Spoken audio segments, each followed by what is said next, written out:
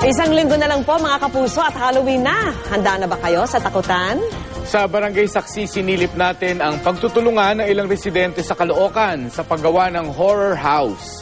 Saksi si Dano Tengkungko.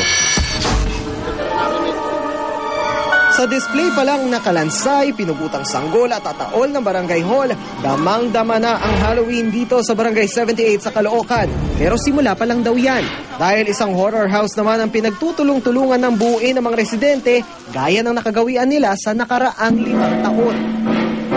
Ang katatakutan sa barangay na ito nagsisimula sa lumang yellow pages na pinipilas at nilulukot para gawing palaman ng katawan ng aswang. Para mas nakakatakot, saka ito lalagyan ng maskara sa ibabaw, voila, isa pang aswang ilalagay sa barangay hall.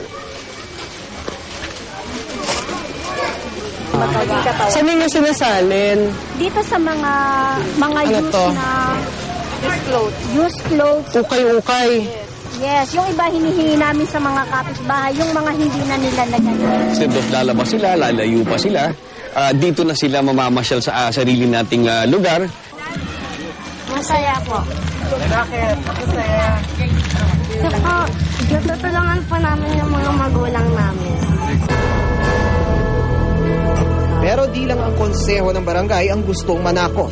Sa hardin ng isa nilang residente, nakapwesto na ang mga multo, aswang at zombie with matching kabaong pa. Ang 12 taong tradisyon ng kanilang pamilya, sinimulan daw ng kanyang ina. Passion niya kasi talaga.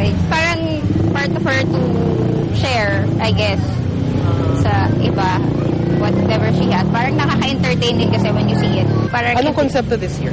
I think it's yung sa coffin, yung lamay ng patay. Ay, so, yun yung dead mo. And then, ito yung table mo where yung usually nagiinuman nga. And then, yung guests mo would be also ghosts.